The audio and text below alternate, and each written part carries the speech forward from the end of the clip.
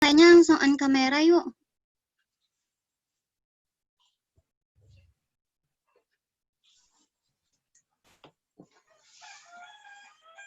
Oke. On kamera ya semuanya.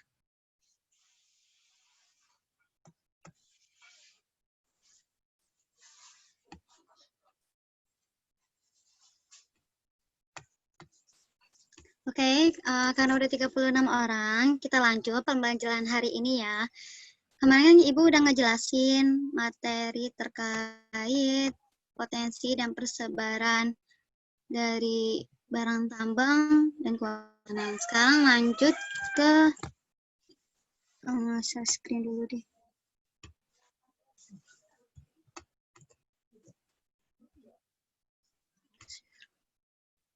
Ya, kelihatan nggak PPT Ibu? Kelihatan, Bu. Oke, lanjut. Nah, sekarang materi kita itu ada pengelolaan dan persebaran sumber daya pariwisata.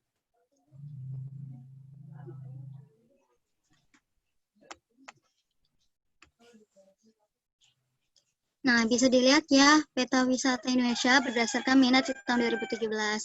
Nah, di sini bisa kita simpulkan, jika dari keempat wisata yang ada, wisata alamlah yang paling mendominasi dari minat semua wisatawan yang ada di Indonesia. Di Indonesia bagian timur juga lebih dominan wisata alam ya, sedangkan untuk bagian barat itu campur, keempatnya ada. Nah, untuk pengembangan sektor pariwisata, Ibu ambil dari data Kementerian Pariwisata untuk pengembangan sektor pariwisata yang memakai prinsip pembangunan berkelanjutan. Jadi ada 6 poin yang dijadikan sebagai fokus utama dalam pengembangannya, yaitu ada Kek Tanjung Klayang, Kek Tanjung Lesung, Kek Singasari, Kek Mandalika, Kek Likupang, dan Kek Mereta.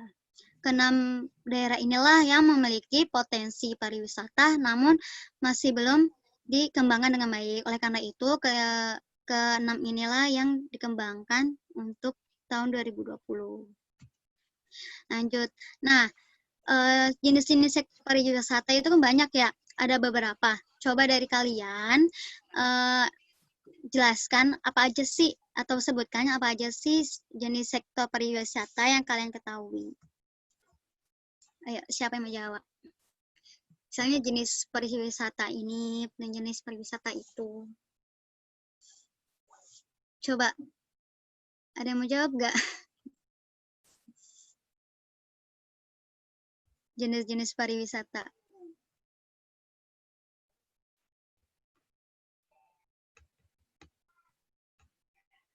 Yuk, sebelum Ibu lanjut nih. Ayo anak-anak 11 IPS 1 semangat ya, apabila ada pertanyaan, bisa salah satu siswa untuk memberikan argumentasinya. Ya, apabila tidak memberikan jawaban atau argumentasinya, tolong ditulis yang tidak paham, yang tidak mengerti. Nanti ada kesempatan Bu Yusi membuka tanya jawab, tolong kamu sampaikan materi yang tidak paham, ya, untuk 11 IPS 1. Seperti itu ya, Nak ya.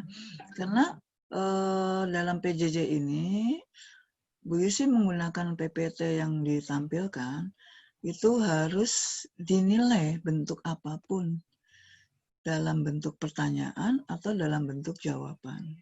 Ya, siapa yang memberikan jawaban dengan argumentasi yang baik, itulah siswa yang dianggap penilaiannya itu sangat baik. Itu akan dinilai oleh Bu Yusri. Ya, seperti itu ya anak-anak 11 IPS 1. Semangat ya, Nak ya. Ayo, coba. Siapa yang mau jawab nih? Tadi kamu udah dikasih saran nih dari Budian. Jenis sektor pariwisata yang kalian ketahui apa aja?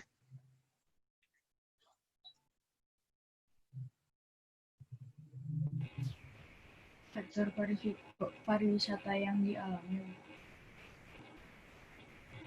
Iya. Apa aja, yo?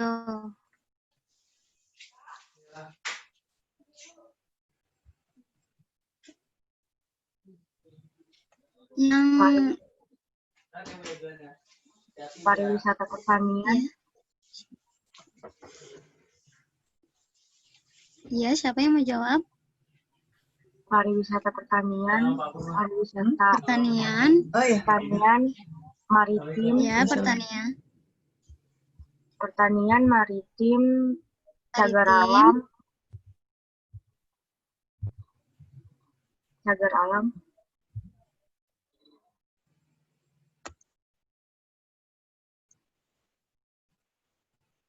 Terputus-putus ya suaranya ya? Apa di laptop ibu aja?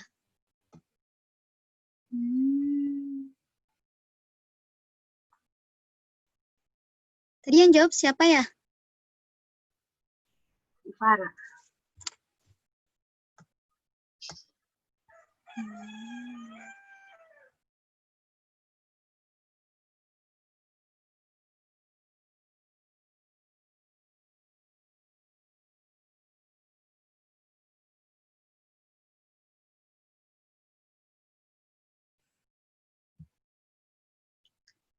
Oke, mohon maaf Ibu tadi keluar ya.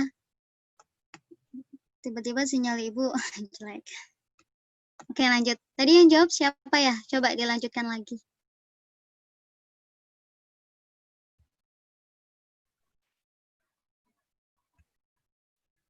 Tadi kan ada wisata pertanian, maritim atau bahari, maritim, cagar alam, udah kayaknya. Oke, ya. Jadi jawaban dari Divara ya yang jawab? Apa siapa tadi yang jawab? Ibu Ivara. Oke, jawaban Divara benar ya. Jadi ada wisata alam, wisata maritim, sama cagar alam. Nah, lanjut aja. Jadi yang pertama itu ada wisata budaya. Apa sih yang dimaksud dengan wisata budaya? Wisata budaya adalah wisata yang fokus utamanya atau daya tarik utamanya yaitu budaya-budaya yang ada di daerah tersebut. Misalnya ini, Bali. Di gambar ini kan terlihat ya budaya Bali itu terutama tari kecak sebagai daya utama, daya tarik bagi wisatawan. Jadi fokusnya ini ke kebudayaan dan adat istiadat yang ada di daerah tersebut. Nah, selain tari kecak sebagai wisata budaya, Candi Borobudur atau Candi Prambanan itu juga masuk ke dalam wisata budaya ya. Lanjut. Nah, yang kedua itu ada wisata bahari. Wisata bahari ini sama dengan wisata maritim maksudnya. Nah, fokus utamanya ini udah pasti keindahan yang ada di laut. Baik itu keindahan yang ada di permukaan lautnya atau di keindahan di dalam air lautnya. Nah, yang terkenal banget sama wisata bahari itu di Raja Ampat. Dia kan terkenal banget ya dengan keindahan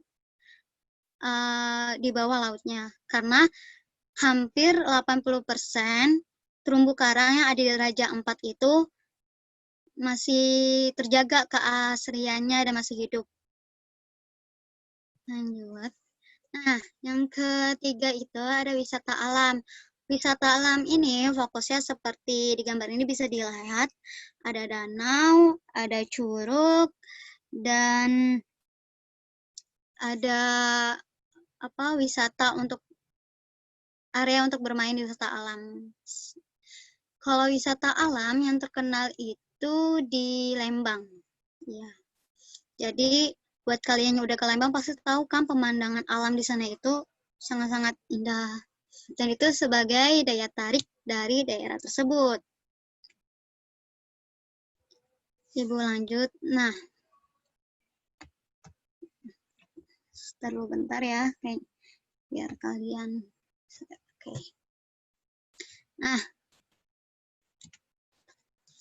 Nah, ini ada aspek pengembangan dan pengelolaan pariwisata di Indonesia. Ada 5 aspek pengembangan dan pengelolaannya. Kira-kira dari kalian bisa nyebutin nggak kelimanya ini apa aja? Fokus utama untuk pengembangan dan pengelolaan misalnya 1 ini, 2 ini, 3 ini.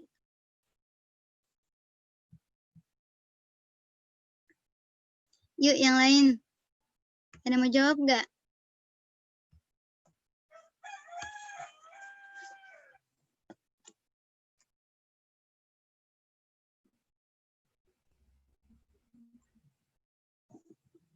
Aspek pengembangan dan pengelolaan pariwisata.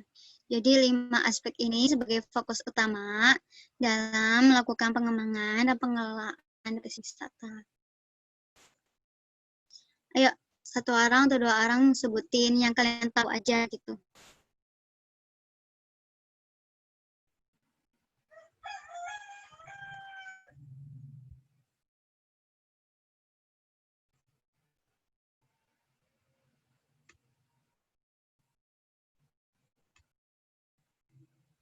Iya, ada mau jawab gak nih? 1 atau 2 orang.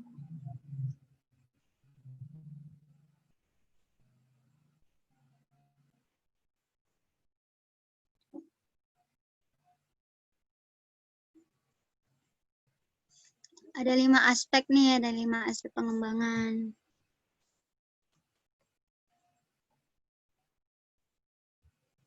Iya dong, aktif, jangan diem aja. Biar kita pembelajarannya 2 arah, nggak 1 arah jadinya. Saya mau coba, Bu. Oke, Monica ya? Iya. Ayo, Monica. Yang pertama ada wisatawan. Wisatawan. Ya, yang kedua transportasi. Transportasi. Yang ketiga atraksi atau objek wisata. Atraksi atau objek wisata. atau objek wisata. Yang keempat. Oh, masih. Ada 5 kan, Bu? Yang keempat. Iya, ada 5. Fasilitas pelayanan. Hmm.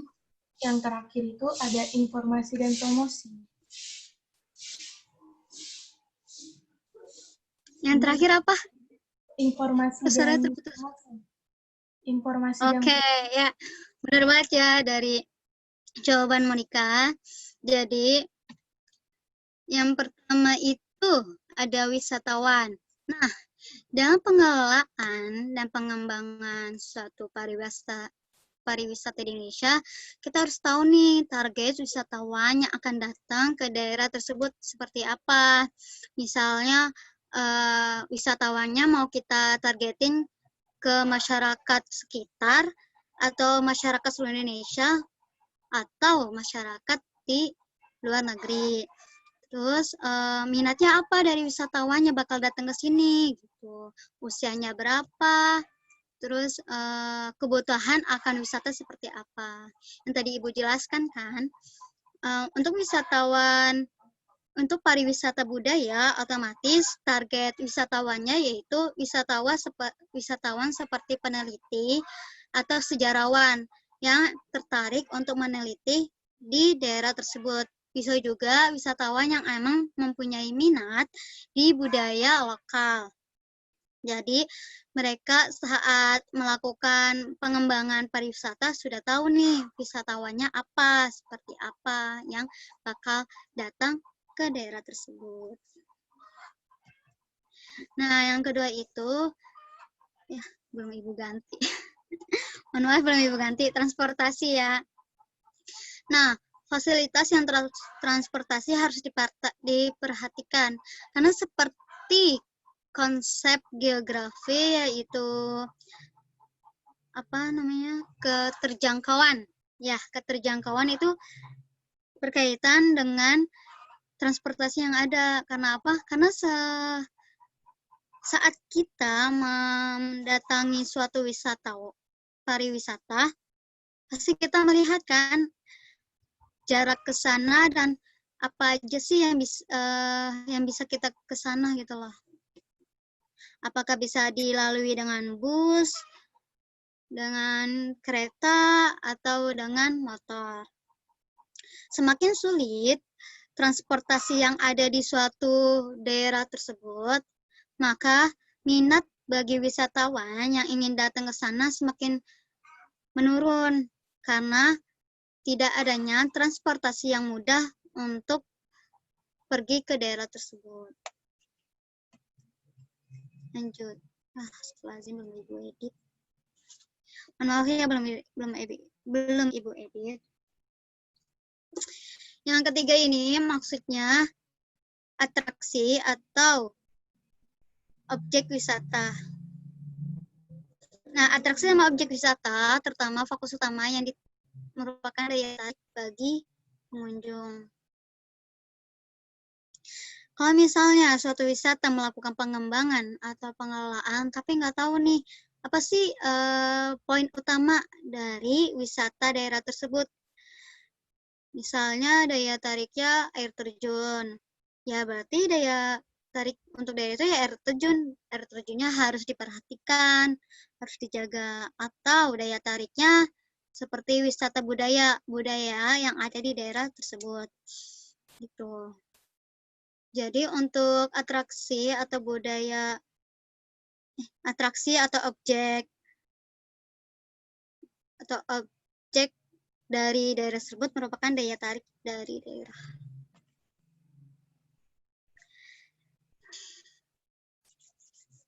Nah, keempat itu ada fasilitas pelayanan. Nah, fasilitas maksudnya itu apa saja yang ada di daerah tersebut sesuai dengan kebutuhan bagi wisatawan yang datang. Misalnya fasilitas kamar mandi, musola, atau fasilitas seperti ruang makan. Jadi bagi daerah tersebut harus menyediakan fasilitas-fasilitas yang ada yang dibutuhkan oleh wisatawan seperti parkir. Karena semakin lengkap fasilitas yang ada, maka ketertarikan pengunjung untuk datang ke wilayah tersebut semakin tinggi. Lanjut ya. Yang kelima itu ada informasi dan promosi. Nah, dalam aspek pengembangan dan pengelolaan pariwisata di Indonesia, aspek informasi dan promosi itu sangat perlu diperhatikan. Karena percuma kalau misalnya mereka udah ngebuat nih pariwisatanya, udah melakukan tahap-tahap pembangunan, namun tidak melakukan informasi dan promosi. Ya, wisatawan mana tahu kan daerah tersebut ada daya tarik atau wisata yang dapat menarik minat mereka untuk datang. Jadi untuk informasi dan promosi itu sangat diperlukan. Promosi bisa melalui poster, iklan di TV, atau promosi mulut ke mulut ya. Misalnya ada masyarakat yang punya saudara di daerah A atau daerah B. Tuh, jadi masyarakat tersebut bisa menginformasikan keluarga di daerah sana. Nah, kelima aspek inilah yang sangat diperhatikan dalam pengembangan dan pengelolaan pariwisata di Indonesia. Oke. Belum Ibu. Nah, yang selanjutnya itu ada 3 aspek pengembangan prinsip berkelanjutan.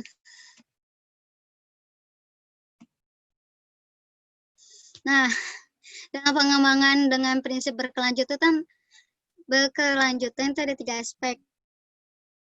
Kira-kira 3 aspek ini, coba satu orang jelaskan apa sih yang dimaksud dengan aspek lingkungan, ekonomi, dan sosial. Coba satu orang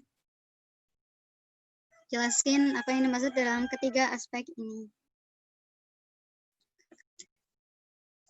Jadi ada 3 aspek nih.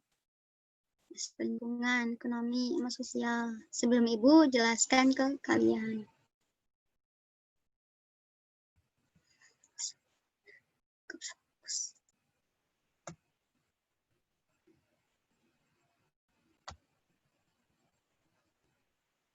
Ayo, ada yang mau jawab gak nih aspek apa sih yang dimaksud dengan ketiga aspek ini?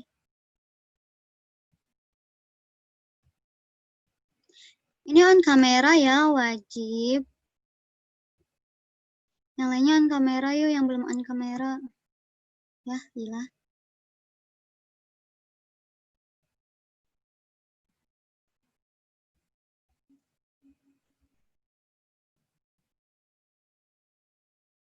Ayo, ada yang mau jawab gak?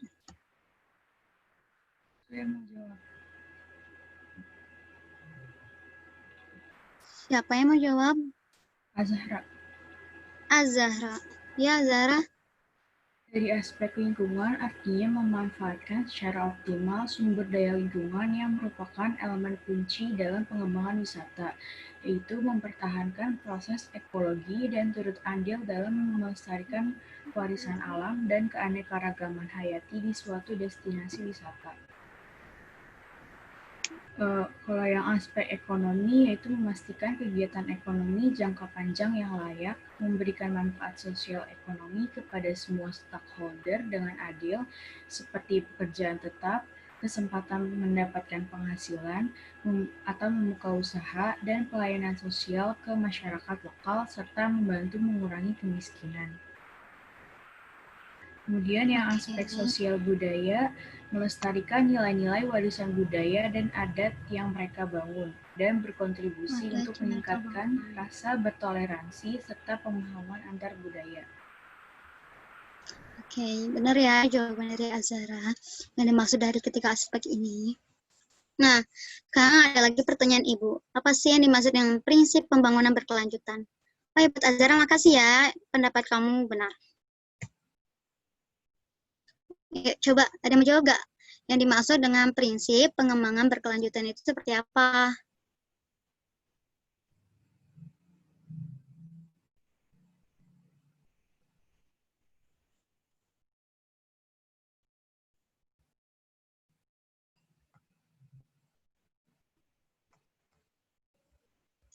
Ini yang nggak on kamera, kameranya rusak semua kah? Atau sinyalnya nggak kuat? Coba yuk on kamera dulu yuk. Nanti absennya berdasarkan kehadiran kalian di akhir kegiatan ya. Coba saya mau jawab, Bu. Iya, mau jawab. Siapa namanya? Farhan. Udah, Bu. Iya, siapa namanya maksudnya? Oh, Farhan, Bu, Farhan.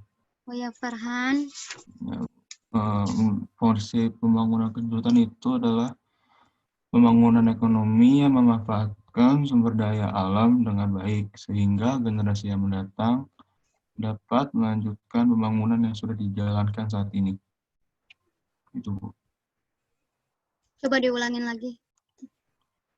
Saya itu prinsip pembangunan berkelanjutan itu adalah pembangunan ekonomi yang memanfaatkan sumber daya alam dengan baik, sehingga generasi mendatang dapat melanjutkan pembangunan yang sudah dijalankan saat ini.